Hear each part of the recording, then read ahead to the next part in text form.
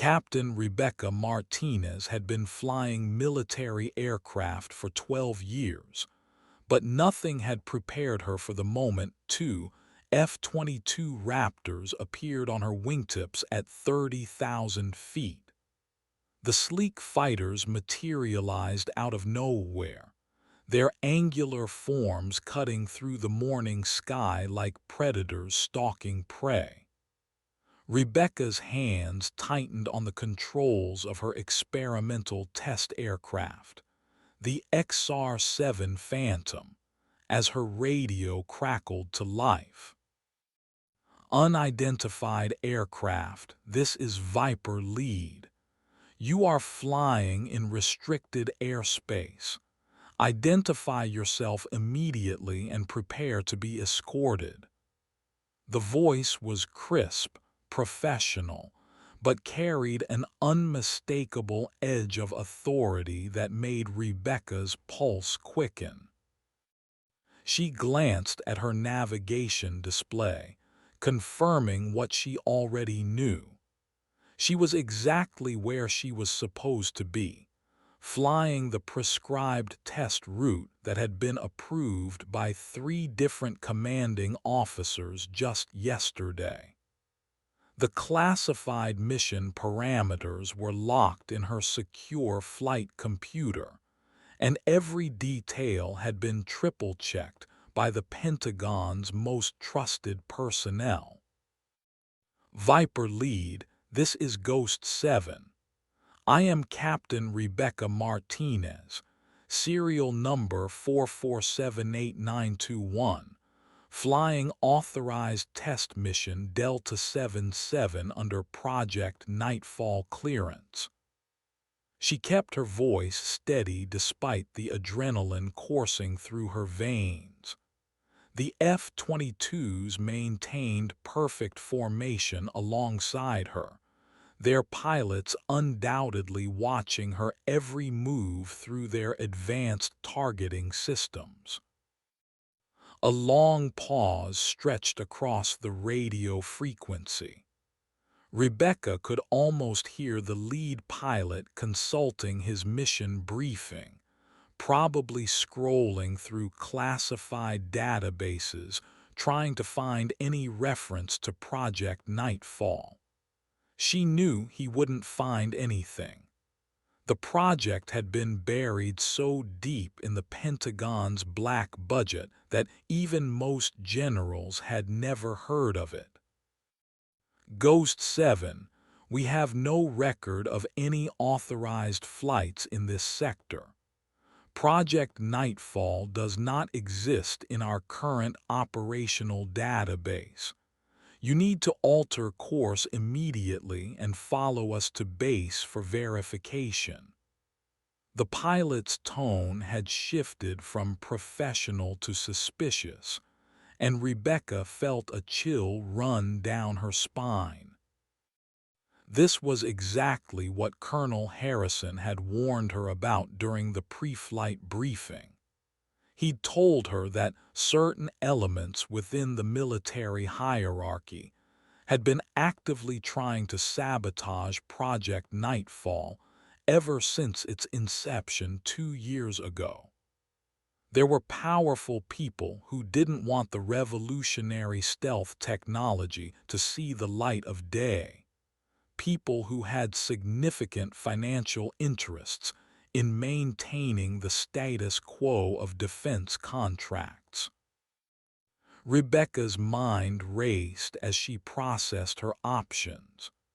She could comply with the F-22 pilots and risk having her mission compromised, potentially setting back years of research and development.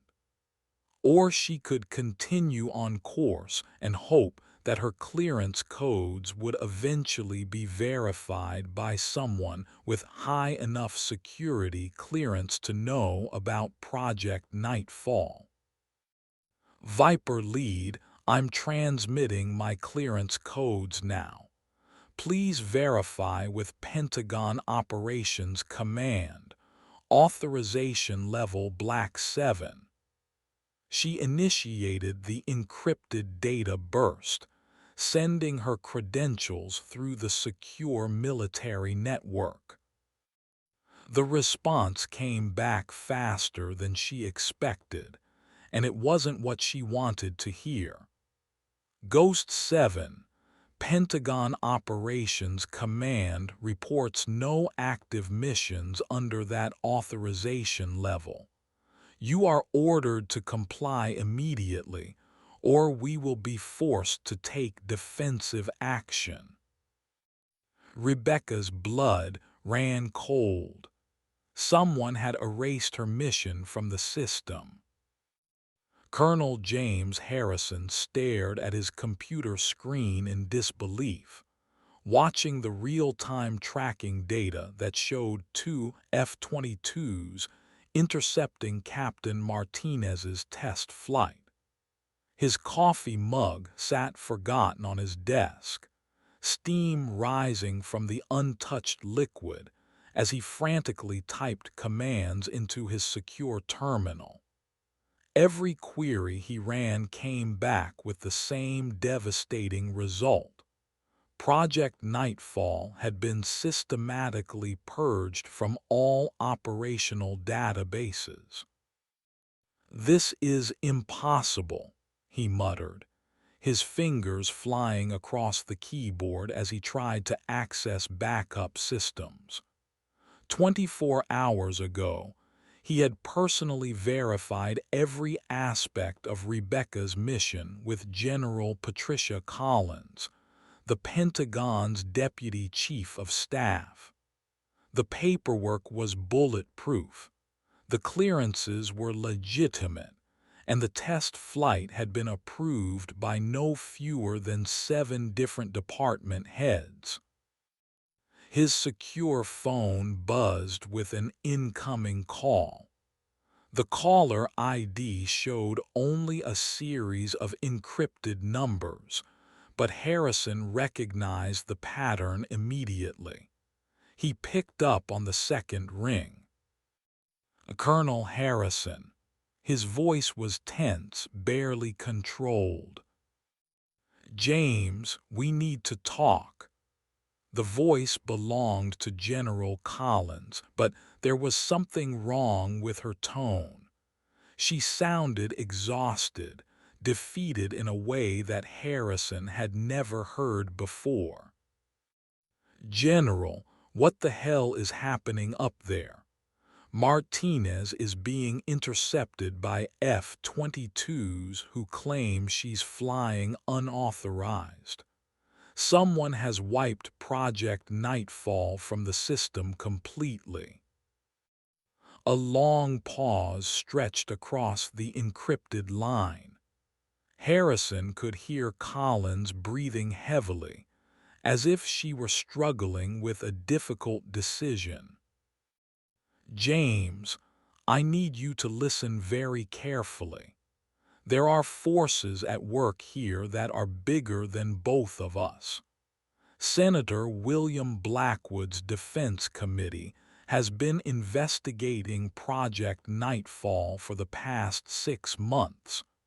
They've convinced certain Pentagon officials that the project represents a threat to national security. Harrison felt his world tilting on its axis. Senator Blackwood was the chairman of the Senate Defense Appropriations Committee, one of the most powerful men in Washington when it came to military spending. His committee controlled billions of dollars in defense contracts, and he had a reputation for protecting the interests of major defense contractors above all else. "General, you know as well as I do that Project Nightfall could revolutionize air superiority. The technology we've developed could give us a 20-year advantage over any potential adversary." "That's exactly the problem, James. Blackwood's biggest campaign contributors are Lockheed Martin, Boeing, and Raytheon. If Project Nightfall succeeds, it makes their next-generation fighter programs obsolete overnight. We're talking about hundreds of billions of dollars in contracts that would simply disappear. The pieces were falling into place with sickening clarity. Harrison had always known that defense contracting was a dirty business, but he had never imagined that political corruption could reach this deep into operational security. The thought that a United States senator would actively sabotage a military project for personal financial gain was almost too much to process. So what do we do? Martinez is up there right now, probably scared out of her mind, with two F-22s breathing down her neck. If this goes wrong, we could lose everything we've worked for. I'm working on it, James, but I need you to understand something. If we fight this, we're not just going up against Blackwood. We're going up against a system that's been corrupted at the highest levels. Are you prepared for that fight? Harrison looked at the tracking display again, watching the three aircraft moving across the digital map like pieces on a chessboard. Captain Martinez had dedicated her entire career to advancing American military aviation. She deserved better than to be a pawn in a political game. Yes, General, I'm prepared. Captain Martinez felt sweat beading on her forehead despite the climate-controlled cockpit as she maintained her steady course. The two F-22s had been shadowing her for nearly 10 minutes now, and she could see their pilots through the clear canopies, their helmeted heads turning occasionally to study her unusual aircraft. The XR-7 Phantom was unlike anything currently in the Air Force inventory. Its radical design incorporating stealth technology that made it nearly invisible to conventional radar systems. Ghost 7, this is Viper Lead. You have 30 seconds to comply with course correction before we escalate this situation. The pilot's voice had taken on a harder edge, and Rebecca knew that escalate was military speak for weapons authorization.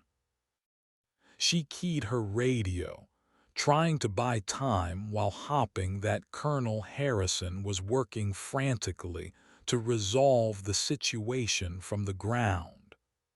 Viper Lead, I am a United States Air Force officer flying a classified mission under direct orders from Pentagon Operations Command. I'm requesting that you contact General Patricia Collins immediately for verification. Ghost 7, we have already contacted all relevant authorities. Your mission does not exist in any current operational database.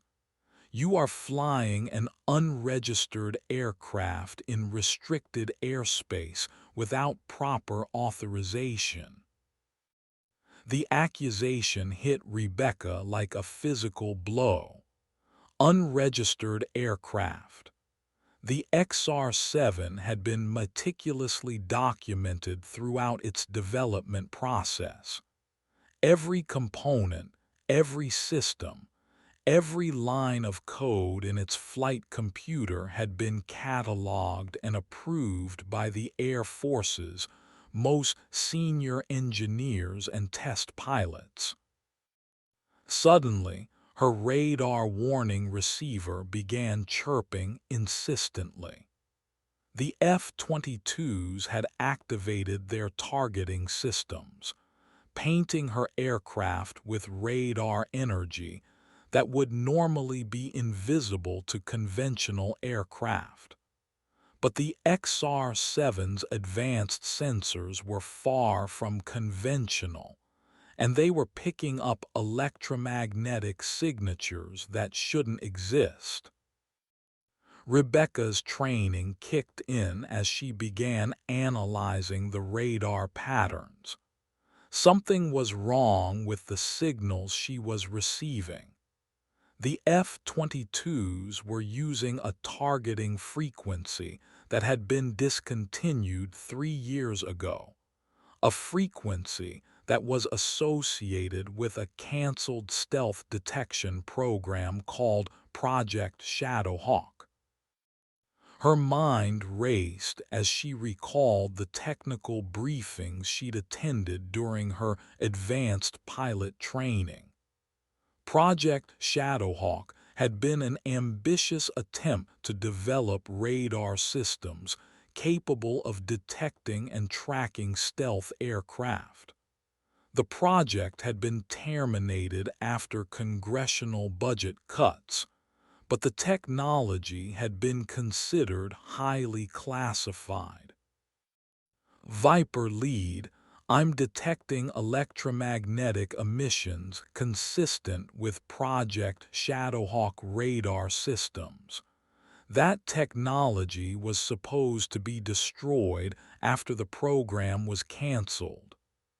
She kept her voice steady, but her heart was pounding as she realized the implications. Another long pause stretched across the radio. Rebecca could imagine the F-22 pilots conferring with their ground controllers, probably frantically trying to figure out how she could possibly know about classified radar systems. Ghost 7, how do you have knowledge of that designation? Rebecca smiled grimly. She had them now.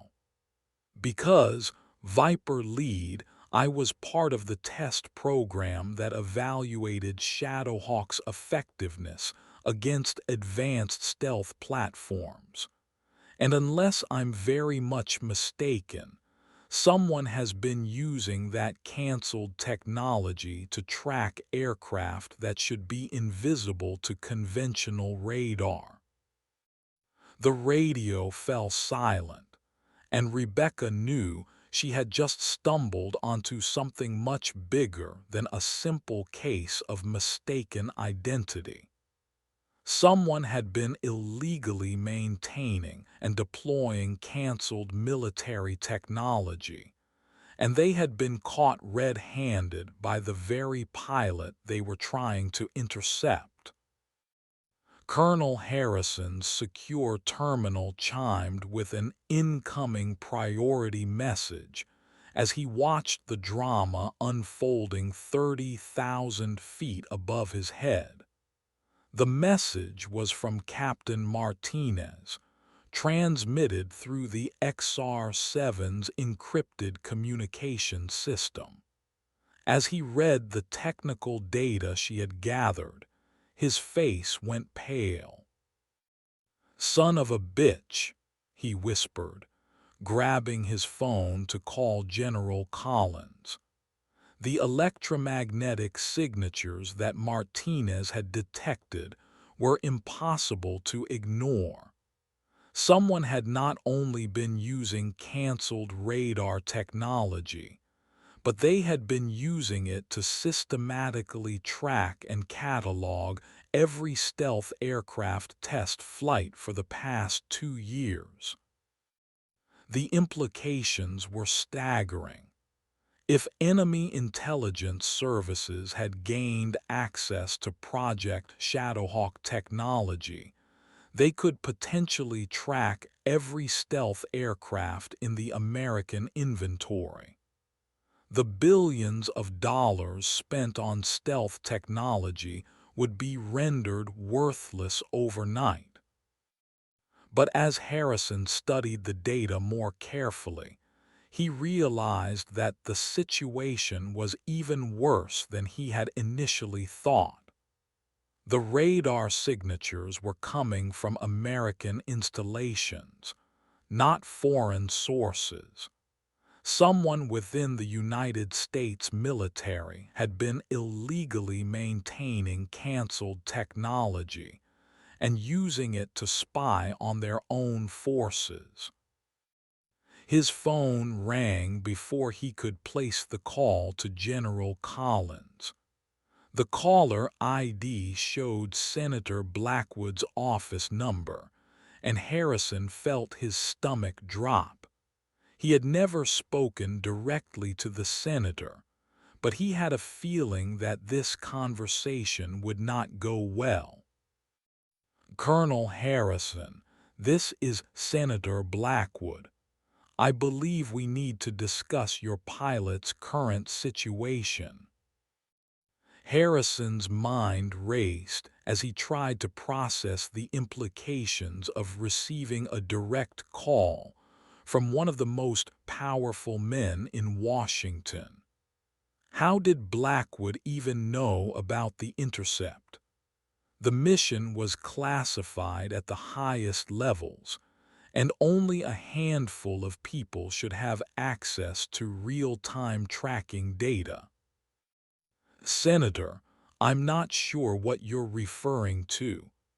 Captain Martinez is flying an authorized test mission under Project Nightfall clearance." "Colonel, let's dispense with the pleasantries. We both know that Project Nightfall has been terminated due to security concerns. Your pilot is currently flying an unauthorized aircraft in restricted airspace, and she's about to discover technology that could compromise national security if it falls into the wrong hands." The threat was barely veiled, but Harrison could read between the lines. Blackwood was essentially admitting that he had been involved in the systematic sabotage of Project Nightfall, and he was warning Harrison that Martinez was in danger of uncovering information that certain powerful people wanted to keep buried. "Senator, with all due respect, Captain Martinez is a decorated officer following lawful orders. Any action taken against her would be a violation of military justice." Blackwood's laugh was cold and humorless. "Colonel, you seem to be under the impression that this is about military justice. This is about national security and the stability of our defense industrial base. Your little project threatens to destabilize relationships that have taken decades to build." Harrison felt anger rising in his chest. The man was essentially admitting that he was willing to sacrifice American military superiority to protect corporate profits.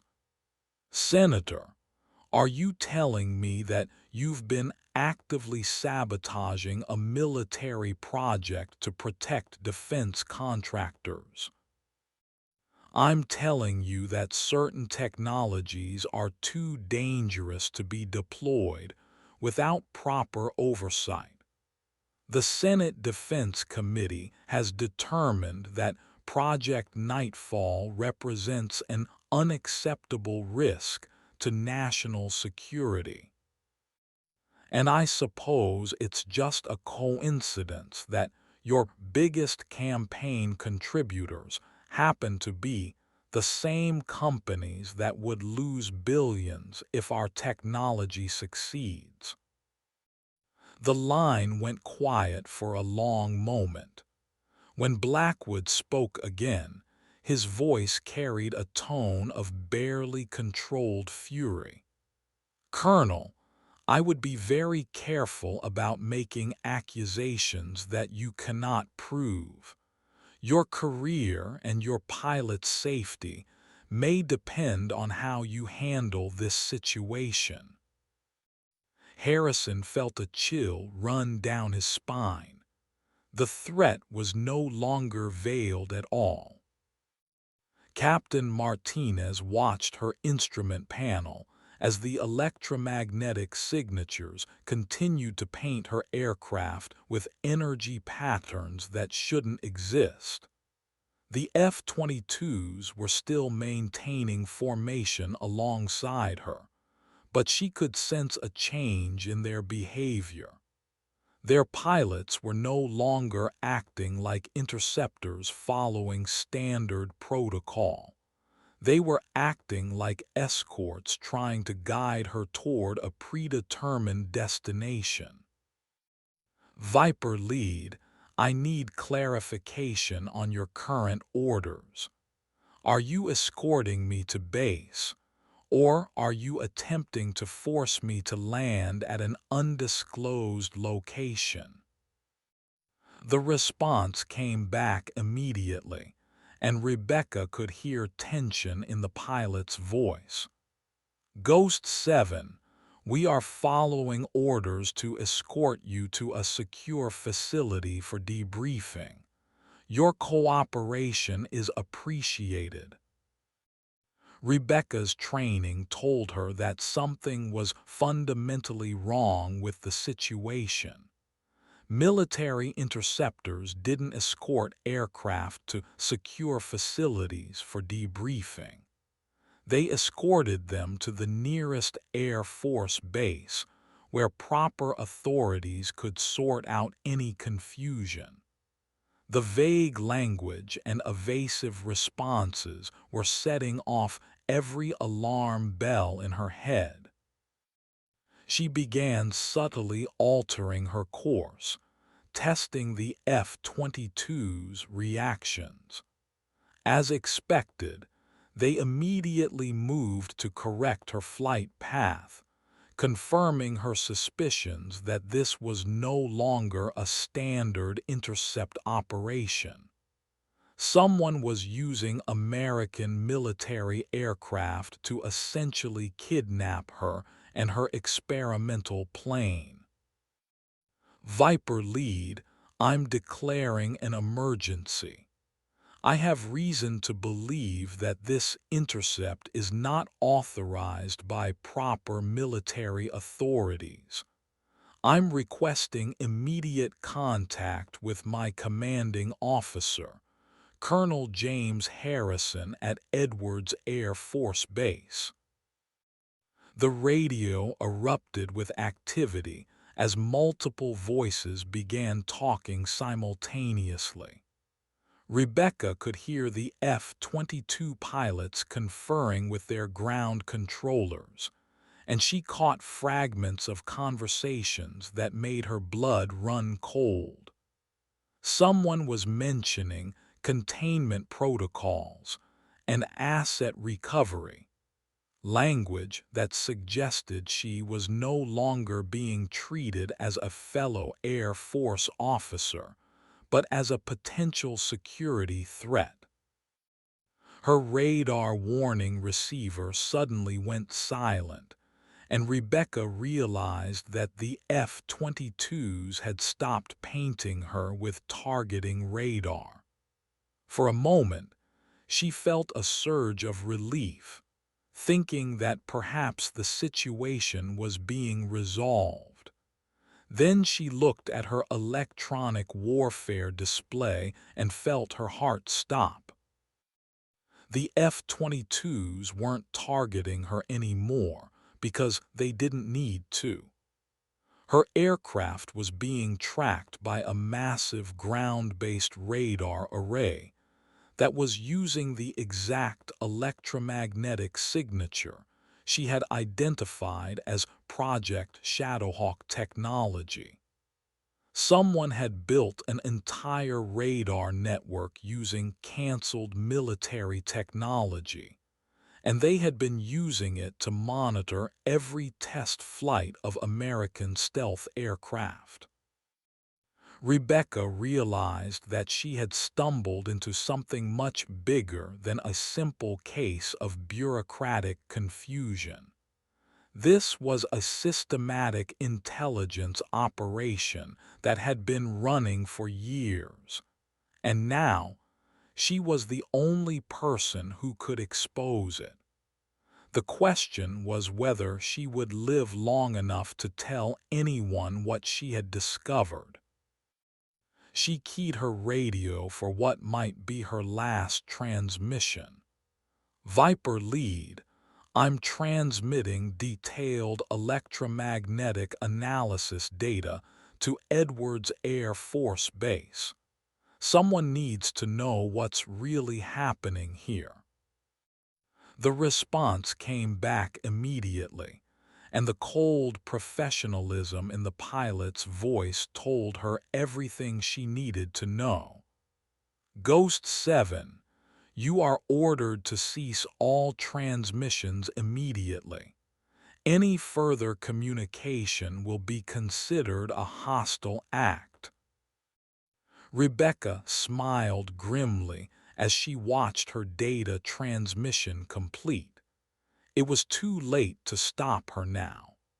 Colonel Harrison would know within minutes that American military personnel were being used to cover up the illegal deployment of canceled radar technology. The question was whether that knowledge would be enough to save her life. Colonel Harrison's secure terminal erupted with incoming data as Captain Martinez's transmission reached Edwards Air Force Base. The electromagnetic analysis she had compiled was more damning than anything he could have imagined.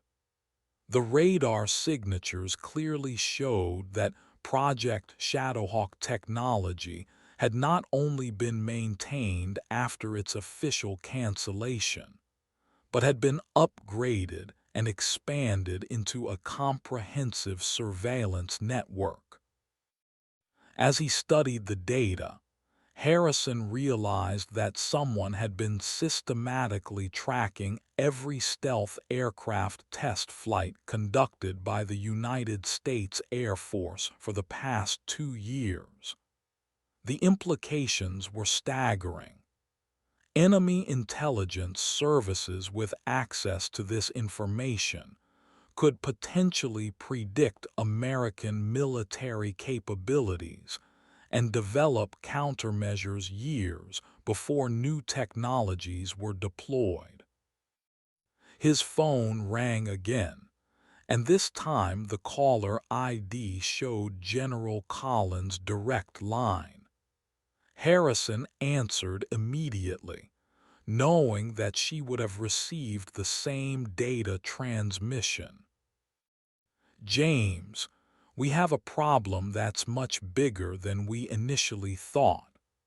Collins' voice was tight with controlled anger. The data your pilot just transmitted shows clear evidence of unauthorized surveillance of American military assets. Someone has been running an illegal intelligence operation using canceled military technology. General, I just received a call from Senator Blackwood. He essentially threatened both my career and Captain Martinez's safety if we don't cooperate with what he called containment protocols. Jesus Christ, James. Are you telling me that a sitting United States Senator is directly involved in this? Harrison looked at the tracking display, watching the 3 aircraft moving across the digital map. General, I think Martinez has uncovered something that certain people are willing to kill to protect. The F-22s aren't just intercepting her anymore. They're escorting her to an undisclosed location. We need to get her out of there immediately. I'm authorizing you to scramble additional aircraft from Edwards. We cannot allow American military personnel to be used to cover up what appears to be systematic intelligence gathering against our own forces. Harrison felt a surge of relief that his commanding officer was finally taking decisive action. "General, what about Senator Blackwood? He made it clear that he considers this a matter of national security." "James, I've been in this business for 30 years, and I've never seen anything like this. If a sitting senator is willing to threaten military personnel to protect what appears to be an illegal surveillance operation, then we're dealing with corruption at the highest levels of government." As Collins spoke, Harrison's computer chimed with an incoming priority message. The message was from the Pentagon's Inspector General's office, and it contained information that made his blood run cold. "General, I'm receiving reports that someone has been accessing classified radar databases without authorization. The security logs show multiple breaches over the past 18 months, all traced back to defense contractor computer networks." "Which contractors, James?"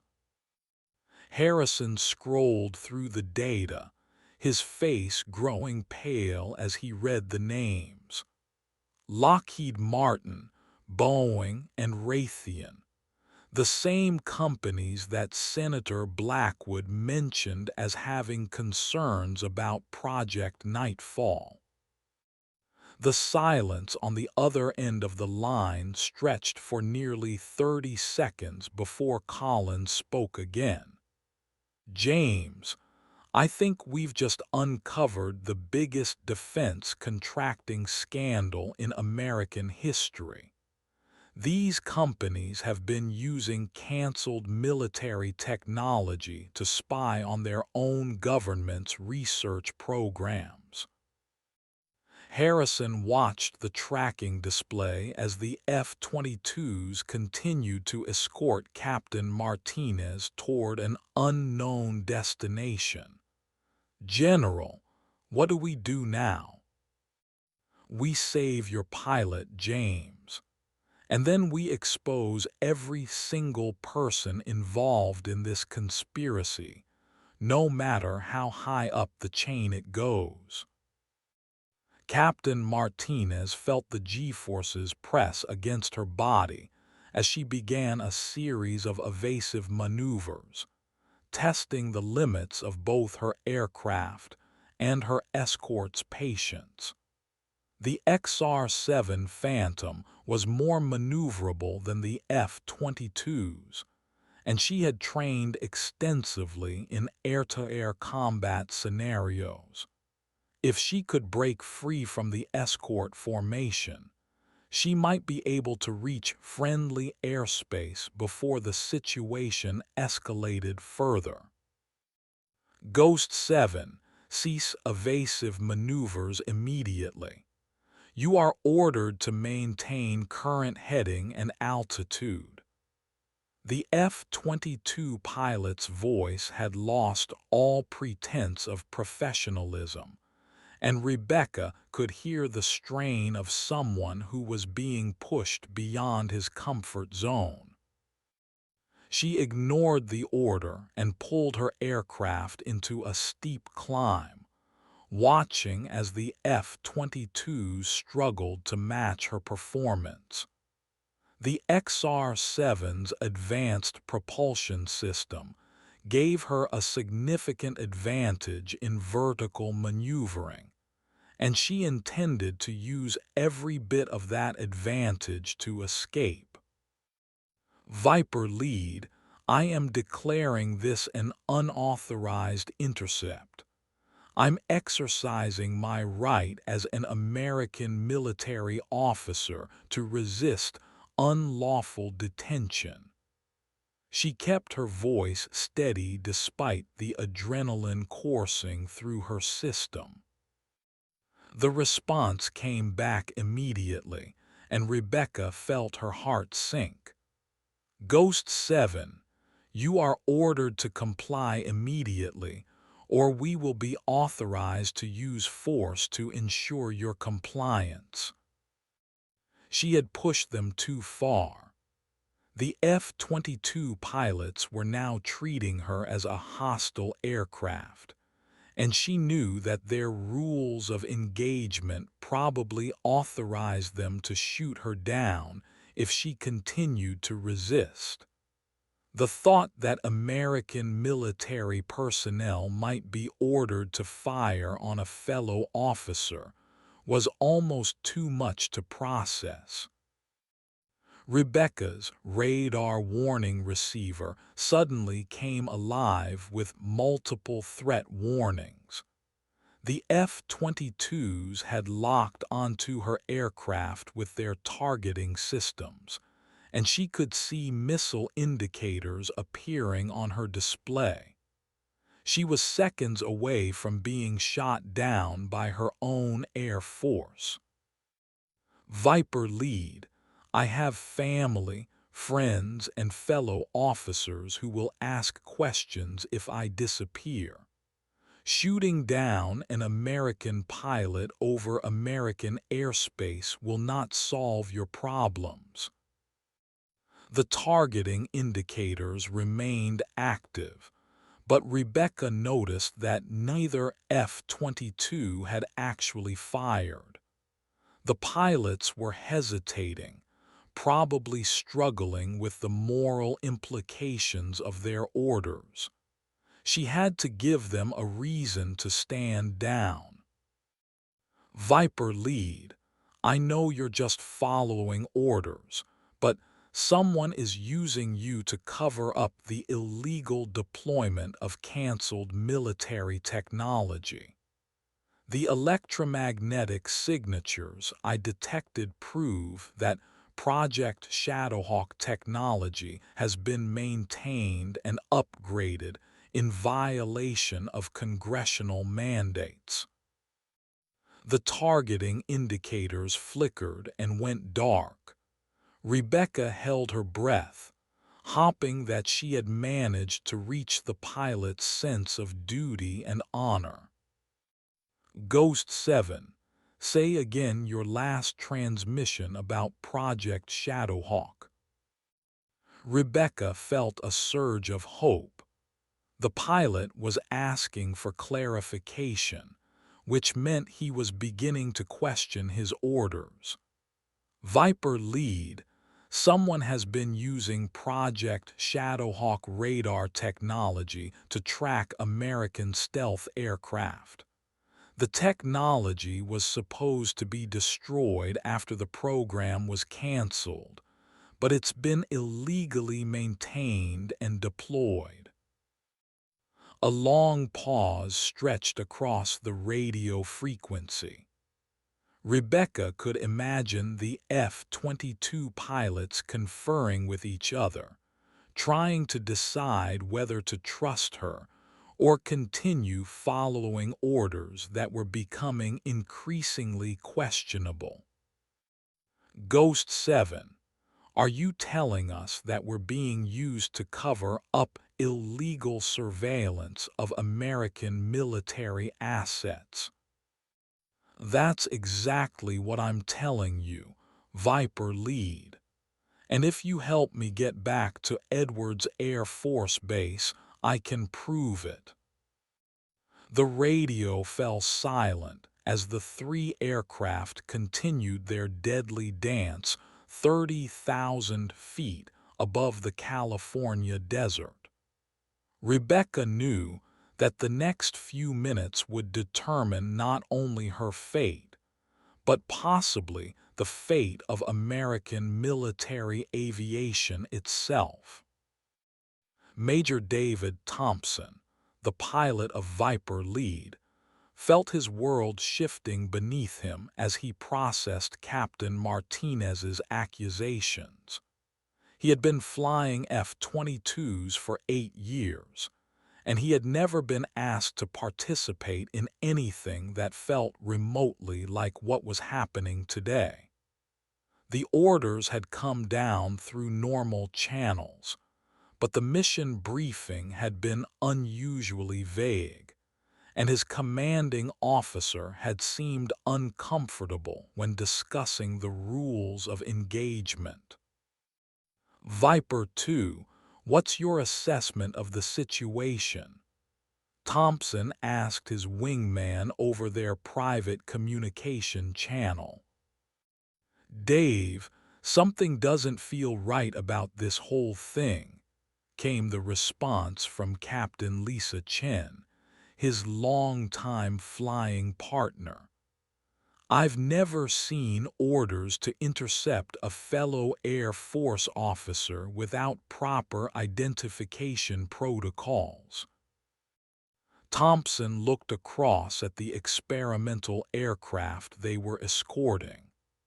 The XR-7 Phantom was unlike anything he had seen before, its radical design suggesting technology that was years ahead of anything currently in the Air Force inventory. The idea that such an advanced aircraft could be flying unauthorized missions seemed increasingly unlikely. Viper 2, I'm thinking we need to verify our orders through alternative channels. Something about this whole situation stinks. Agreed, Dave. That pilot knows things about canceled projects that she shouldn't know unless she's legitimate. Thompson made a decision that would change the course of his entire career. He switched to a secure frequency that bypassed his normal command structure and contacted the Air Force's Inspector General's office directly. Inspector General Operations, this is Major David Thompson, serial number 77459896, requesting immediate verification of intercept orders for experimental aircraft designation XR-7 Phantom. The response came back within seconds.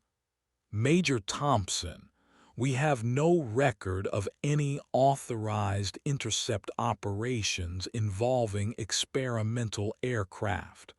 What is your current situation? Thompson felt his stomach drop. Sir, I'm currently escorting what appears to be a legitimate Air Force test pilot who claims to be flying a classified mission. She's provided detailed technical information about canceled radar programs that suggests she has appropriate security clearance. Major, you need to stand down immediately. There are no authorized intercept operations in your area, and any orders to the contrary should be considered suspect. Thompson looked at his wingman's aircraft, then at the experimental plane they had been ordered to escort to an undisclosed location. The pieces were falling into place with sickening clarity. They had been manipulated into participating in what appeared to be an illegal operation against fellow American military personnel. Ghost 7, This is Viper Lead. I'm ordering my flight to stand down. You are cleared to return to Edwards Air Force Base immediately." The relief in Captain Martinez's voice was palpable. "Viper Lead, thank you. You've probably just saved my life." Thompson switched back to his command frequency, knowing that he was about to end his career. "Command, this is Viper Lead. I'm aborting the intercept mission. The target aircraft appears to be flying a legitimate Air Force test mission, and I have concerns about the legality of our orders." The response came back immediately, and Thompson could hear fury in his commanding officer's voice. "Viper Lead, you are ordered to continue the mission as briefed. Any deviation from orders will result in court-martial proceedings." "Command, I've verified with the Inspector General's office that there are no authorized intercept operations in this area. I'm requesting immediate clarification of the legal basis for our orders." The radio went silent for nearly 2 minutes before his commanding officer responded. "Viper Lead, return to base immediately for debriefing. The intercept mission is canceled." Thompson realized that his commanding officer had just backed down rather than provide the legal justification for the mission. Someone in the chain of command had been issuing orders that couldn't withstand official scrutiny. As he watched the experimental aircraft disappear into the distance, Thompson wondered how many other pilots had been unknowingly used to carry out illegal operations. The thought that the United States Air Force could be corrupted at such a fundamental level was almost too much to bear. Colonel Harrison watched the tracking display as the three aircraft separated, feeling a mixture of relief and apprehension. Captain Martinez was finally free from her escorts, but the larger implications of what had happened were only beginning to sink in. The F-22 pilots had been ordered to intercept a fellow Air Force officer based on false information, and they had nearly been compelled to use deadly force to carry out those orders. His secure phone rang with an incoming call from General Collins. Harrison answered immediately, knowing that she would have been monitoring the situation. "James, we have a serious problem. The F-22 pilots were operating under orders that were issued outside normal command channels. Someone has been using forged authorization codes to task military aircraft for unauthorized operations." Harrison felt his blood run cold. "General, are you telling me that someone has been hijacking Air Force assets for private operations?"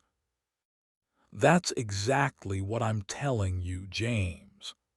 The investigation is revealing a conspiracy that goes much deeper than we initially thought. Defense contractors have been working with corrupt officials to systematically sabotage military research programs while using active military assets to cover their tracks." As Collins spoke, Harrison's computer chimed with an incoming priority message. The message was from the FBI's Counterintelligence Division, and it contained information that made his hands shake as he read it. General, I'm receiving reports that the FBI has been investigating illegal technology transfers between defense contractors and foreign intelligence services. The same companies that have been accessing classified radar databases have also been sharing that information with overseas clients. Jesus Christ, James, are you telling me that American defense contractors have been selling classified military technology to foreign governments? Harrison scrolled through the FBI report, his face growing pale as he read the details. General, it looks like Lockheed Martin, Boeing, and Raytheon have been using their access to classified information to develop competing technologies for international markets.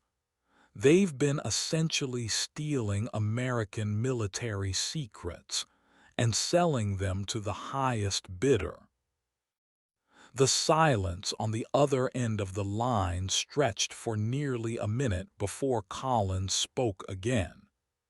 James, we're looking at the biggest betrayal of American military interests in modern history. These companies have been systematically undermining their own country's defense capabilities for profit. Harrison watched as Captain Martinez's aircraft approached Edwards Air Force Base, carrying with it evidence that could bring down some of the most powerful corporations in America. General, what do we do now? We expose every single person involved in this conspiracy, James, and we make sure that Captain Martinez lives to testify about what she's discovered. Captain Martinez felt the familiar comfort of home base as she guided the XR-7 Phantom toward the runway at Edwards Air Force Base. The landing was smooth, despite the emotional turbulence she had experienced over the past 2 hours. As she taxied toward the secure hangar, she could see Colonel Harrison waiting for her with a team of investigators from multiple agencies. The moment she shut down the engines and opened the canopy, Harrison was at her side. "Captain, are you injured? Do you need medical attention?" Rebecca shook her head as she removed her helmet. "I'm fine, Colonel, but we have a serious problem. Someone has been using canceled military technology to spy on our own aircraft, and they were willing to use F-22s to silence me." Harrison helped her climb down from the aircraft as FBI agents and military investigators began examining the XR-7 sensor data. "Captain, we know. The electromagnetic signatures you detected have opened up an investigation that's revealing corruption at the highest levels of government and the defense industry." Rebecca looked at the collection of investigators surrounding her aircraft. "Colonel, how deep does this go?" "Deep enough to threaten the foundations of American military aviation, Captain. But your courage in refusing to be silenced may have saved our entire stealth aircraft program." As the investigators began their work, Rebecca realized that her simple test flight had uncovered a conspiracy that reached into the highest levels of American government and industry. The fight to expose the truth was just beginning, but she had taken the first crucial step by refusing to be intimidated into silence. The story of Captain Rebecca Martinez and the canceled radar project would eventually become one of the most significant military whistleblower cases in American history, exposing a web of corruption that had been operating in the shadows for years. But that day at Edwards Air Force Base, she was simply a pilot who had done her duty, regardless of the personal cost. Senator William Blackwood stood in his Capitol Hill office, staring out at the Washington Monument as his secure phone rang insistently. He had been expecting this call ever since his intelligence contacts had informed him that the F-22 intercept had failed. The carefully constructed conspiracy that had taken him years to build was beginning to unravel, and he knew that desperate measures would be required to contain the damage. "Senator, this is Marcus Webb from Lockheed Martin. We have a serious problem." The voice belonged to one of the most powerful defense contractors in America, a man who had funneled millions of dollars into Blackwood's campaign coffers over the past decade. "Marcus, I'm aware of the situation. The pilot got away, but we still have options." "Senator, the FBI is already investigating the technology transfers.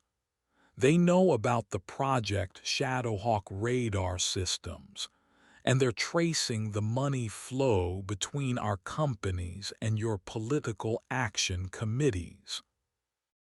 Blackwood felt sweat beading on his forehead despite the air conditioning.